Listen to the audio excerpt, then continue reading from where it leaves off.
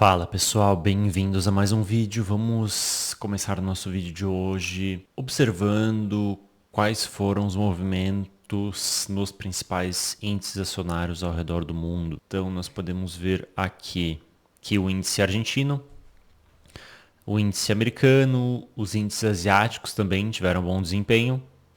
Já o Bovespa teve um desempenho ruim.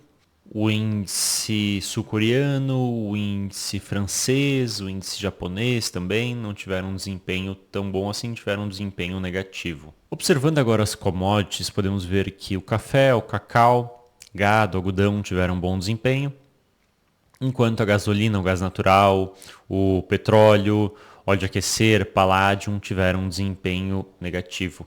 Quando nós observamos o DXY, podemos ver que ele caiu essa última semana, ou seja, a maioria das moedas acabou se valorizando perante o dólar na última semana. Então, vocês podem ver aqui, a maioria das principais moedas do mundo, com exceção de algumas moedas. Então, o dólar canadense, o dólar australiano, a moeda sul-africana, o rublo e também aqui, principalmente, o real acabou se desvalorizando bastante em relação ao dólar nesta última semana. Olhando para o Ibovespa, podemos ver que ele continua este movimento de queda. Então, na última semana, nós estávamos aqui por volta dos 129 mil pontos e agora estamos aí abaixo dos 126 mil pontos. Uma queda forte aqui, principalmente quarta e quinta-feira. Observando o DI com vencimento para 2029, podemos ver uma alta forte, quarta e quinta-feira principalmente. Então, ele estava aqui por volta de, vamos ver, 13,2 e agora está 13,8 e chegou a bater aqui 14,3, 14,4. Então, uma alta expressiva nos DIs. Olhando agora para o dólar, que foi notícia nessa última semana, nós podemos ver aqui, eu fiz duas linhas, pessoal. Uma é a maior alta que houve no dólar, que foi lá em 2020, e o maior fechamento, que é um pouquinho abaixo aqui da maior alta. Rompeu aqui o maior fechamento, mas não foi o maior fechamento nem a maior alta. Aí quinta-feira sim, já foi a maior alta do dólar e o maior fechamento do dólar. E aí sexta-feira aumentou novamente. Então chegou aí a 6,13, 6,14 e agora está em 6,04, 6,030 mais ou menos. Então foi uma alta muito expressiva. E por que essa alta? Porque existe uma insegurança fiscal muito grande no Brasil. O governo gasta como se não houvesse amanhã. E para bancar esse gasto, provavelmente vai acontecer é que mais reais serão criados e com isso a inflação tende a aumentar e a moeda brasileira tende a se desvalorizar perante o dólar e perante as outras moedas do mundo. É legal aqui a gente até parar um pouco, fazer uma comparação. Vamos colocar aqui no gráfico mensal. E aí é interessante nós vermos em dois governos diferentes qual foi a alta do dólar. Então, no Bolsonaro, a gente pode colocar aqui desde janeiro de 2008, como sendo ali basicamente o começo do governo. Então, pega o fechamento desde janeiro até dezembro ali de 2021, janeiro de 2022. Então, nós vamos ver uma alta no dólar de aproximadamente 66%. Então, uma desvalorização do real razoável. E quando nós pegamos aqui desde 2022 até os dias atuais, nós vamos ver aqui uma alta no dólar de apenas 13%. Então, não foi uma alta tão expressiva assim. É claro que, às vezes, é muito uma questão de sorte no momento, né? Se eu pegasse aqui um pouquinho antes e um pouquinho depois, a gente já está falando aqui de uma alta de 44%. E se pegasse aqui um pouquinho depois, enfim, aí já seria aqui uma alta de 26%. Então, isso pode flutuar bastante, mas houve uma alta mais forte no governo Bolsonaro do que no governo Lula. Aí, pessoal, é interessante também analisar dois pontos aqui. Primeiro, que um governo já acabou, foi 4 anos, outro governo ainda tem mais de um ano aí, né? Tem um certo tempo para acabar. Então, ainda muita coisa pode acontecer. Mas, outra coisa também é nós analisarmos o DXY nesse mesmo período. Então, ver se essa valorização do dólar perante as moedas aconteceu no mundo inteiro ou só foi algo isolado, aonde o dólar se valorizou perante o real, enquanto não se valorizou perante o resto das moedas mundiais. Então, nós podemos ver aqui novamente, pegando o mesmo período, janeiro de 2018 até aqui janeiro de 2022.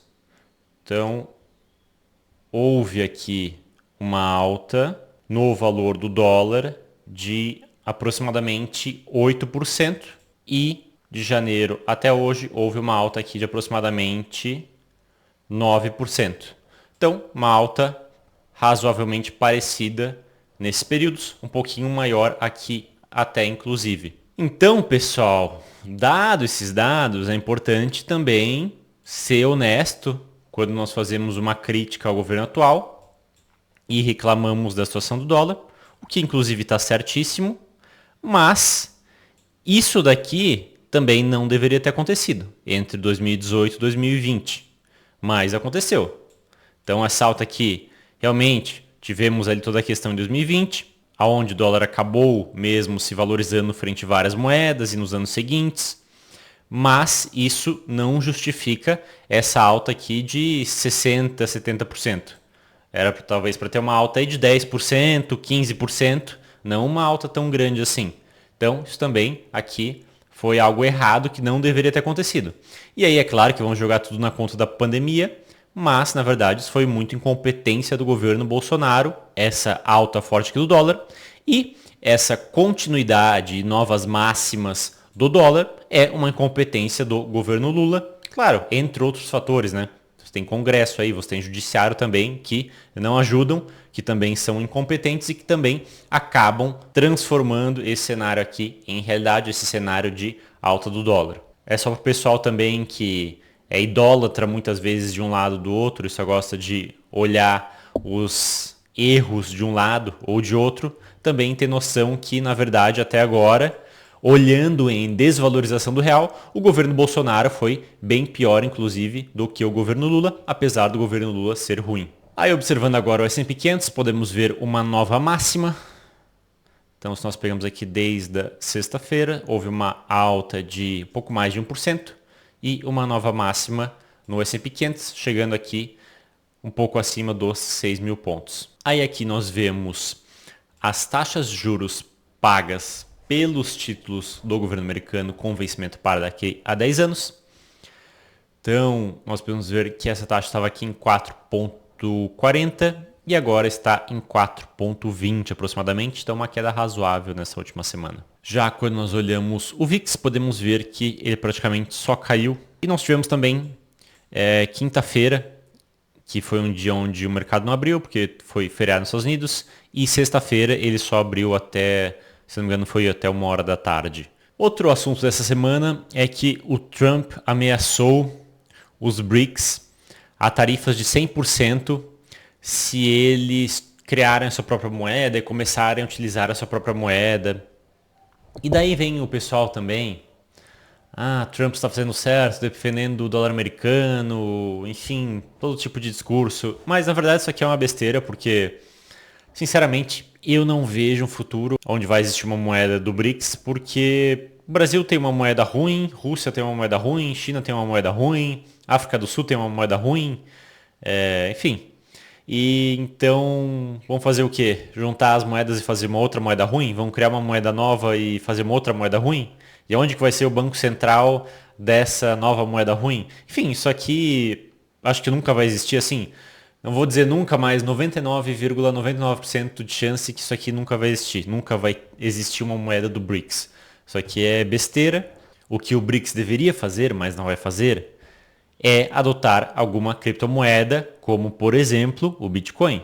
Aí sim iria acelerar esse processo de desbancar o dólar, como moeda de reserva internacional, como meio de pagamento internacional. Só que aí os países iriam perder o poder que eles têm sobre as suas moedas, e os países não querem isso, porque eles gostam de imprimir dinheiro ao seu bel prazer. Outra notícia importante da semana, dívida bruta do Brasil supera 9 trilhões pela primeira vez na história. Então, novamente, governo gastando como se não houvesse amanhã, Estado brasileiro gastando como se não houvesse amanhã, e a dívida pública tende a cada vez ser maior.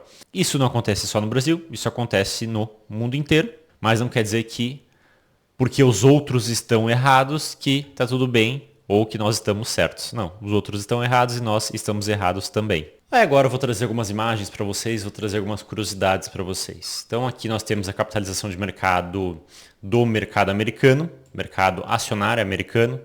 Então nós podemos ver aqui desde 2000. Então uma queda aqui até 2003, alta, depois queda aqui em 2008 principalmente. E aí nós iniciamos essa alta forte.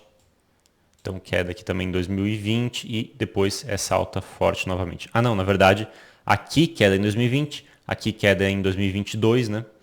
E aqui novamente essa alta forte, chegando aí a próximo de 60 trilhões de dólares. Então uma capitalização gigantesca que é basicamente, acho que metade da capitalização mundial de mercado acionário é essa capitalização do mercado americano. Aí outro mapa interessante é a produção de petróleo global em 2023. Então, o país que mais produz no mundo, Estados Unidos, quase 13 mil barris por dia. Depois a Rússia, com 10.500. Depois nós temos a Arábia Saudita, com 9.600. E aí, bem depois, nós temos em quarto lugar o Canadá, com quase 5. Iraque, com 4.200. Então imagina, né, pessoal, se não tivesse acontecido toda aquela guerra no Iraque e o país não ser tão desestruturado também, de ter um ditador, aí golpe militar, aí outro ditador e assim por diante, com certeza o Iraque hoje seria um país muito rico, porque é um país pequeno e tem muito petróleo. Aí em sexto lugar nós temos a China, com 4 mil. Em sétimo lugar nós temos o Irã, com quase 4 mil. Em oitavo lugar nós temos o Brasil, com 3.400. Em nono lugar, nós temos os Emirados Árabes Unidos, com 3.200. Depois nós temos o Kuwait, com quase 2.600. E o Kuwait é esse país bem pequenininho aqui, por isso que é um país muito rico. Aí outro dado interessante é a balança comercial dos Estados Unidos entre 1992 e 2024. Então nós podemos ver que os Estados Unidos cada vez importa muito mais do que exporta. Então houve uma queda grande aqui em 2008, ou seja, essa diferença entre importação e exportação acabou reduzindo um pouco ali em 2008, aqui também em 2001, 2002, 2020 e aqui 2022, mas ela vem aumentando ao longo do tempo, ou seja, Estados Unidos cada vez importando muito mais do que exporta. Outro dado interessante é o custo das casas americanas em comparação com as casas na zona do euro. Então nós podemos ver aqui um gráfico que mostra desde 1980 o custo dessas casas e podemos ver que aqui em 2008, 2007, nos Estados Unidos uma casa era muito mais cara do que na zona do euro. Aí aqui 2008, 2009 ficaram um valor mais próximo e a partir daí novamente uma casa nos Estados Unidos é muito mais cara via de regra do que uma casa na zona do euro. E aí zona do euro é Portugal, Espanha, França, Alemanha, Itália, Áustria, Polônia, enfim, mais alguns países. Outro dado interessante é a mudança nas importações por parte da União Europeia. Nós podemos ver que depois que iniciou a guerra da Ucrânia, a União Europeia importa cada vez menos da China, cada vez menos da Rússia, na verdade assim, muito menos da Rússia, razoavelmente menos da China e um pouco menos dos Estados Unidos, mas não tanto assim. Então, no final da história, os Estados Unidos acaba saindo vitorioso no sentido de exportar mais para a Europa após o início da guerra da Ucrânia. Aí nós temos agora as exportações da União Europeia. Para quem ela exporta principalmente para os Estados Unidos, estão cada vez exportando mais para os Estados Unidos e exporta cada vez menos aqui desde 2022, 2023, para a Rússia e para a China. E o que os Estados Unidos está exportando muito para a União Europeia? Ou o que a União Europeia está importando muito dos Estados Unidos? Principalmente combustível, então produtos ligados a combustível, né? Seja gás, seja petróleo, seja gasolina, seja querosene. Como a União Europeia cortou muito os combustíveis vindos da Rússia, ela acabou precisando suprir essa necessidade em outro lugar e esse outro lugar foi em boa parte os Estados Unidos. Então prejudica a União Europeia, mas acaba de certa forma até beneficiando um pouco os Estados Unidos essa interrupção da compra da energia russa. E para finalizar nós temos o M2, o agregado monetário M2 nos Estados Unidos e mostra aqui que ele estava em uma tendência de alta forte desde 2008, então nós tínhamos uma tendência de alta aqui já antes de 2008, mas uma tendência mais leve, uma inclinação menor, e a partir de 2008 nós temos uma inclinação muito maior, ou seja, o governo criando muito mais moeda, imprimindo muito mais dinheiro. E aí a partir de 2020 nós temos essa alta fortíssima aqui na impressão de dinheiro, mas a partir aqui de 2022 mais ou menos, com todas as medidas para a contenção da inflação americana, esse M2 vai voltando a uma inclinação normal, digamos assim, que não é normal, mas essa inclinação que ele vinha desde 2008. Ou seja, vão continuar imprimindo dinheiro, vão continuar criando moeda, a inflação vai continuar subindo, mas num passo aparentemente um pouco menor. Bem, pessoal, pelo vídeo de hoje é isso. Espero que tenham entendido, espero que tenham gostado. Um abraço e até o nosso próximo vídeo.